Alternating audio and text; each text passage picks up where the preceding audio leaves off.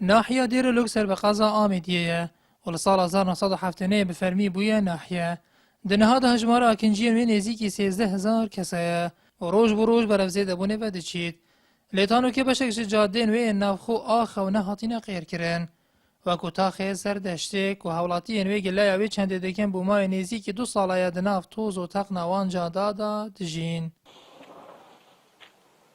من مراجعته كي قلت يا أبي كاس بهاشكنا وهاي بقولي بهاشكنا تقريبا أنا 2 سال عم في حالاتي ده يعني أف مولا جالك عجوا خوفة توزيد بينن وناشين داب كابين وفي توزيد سلام أيجو ما مول ما دوتنا خور عائلة ما نسوق خر الربو يا هايو عم دخلوا حكمته هرم كردستان كين مع علاجك في شرعي كين حتى إنك كاس ما نبرسيا أفا 2 سال این بینن يعني أفا جودت ما صد بسروبان أمد ذات خزيرة هو فيني وظفستان جيم كفينة هريرة جهاز برند هم دخوز الحکمت کن او پروژه دست بکن بلو اون دست بکن و نخد دست بکن زیب دیموی بنجبر خلکی چونکه خلق گلک زید کویتت عزیت دو کویتت نخوشی دو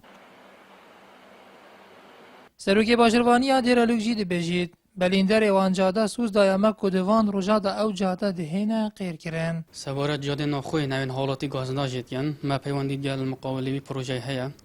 مقاولی جبر قیران داره یانو که پیش که گیرو بوده بس پروژه گشتی قناغ غیر کرنه و سوز دایم جیب زیترین دم غیر کردن وان روزا داجی مفاوضات گل کمپانیت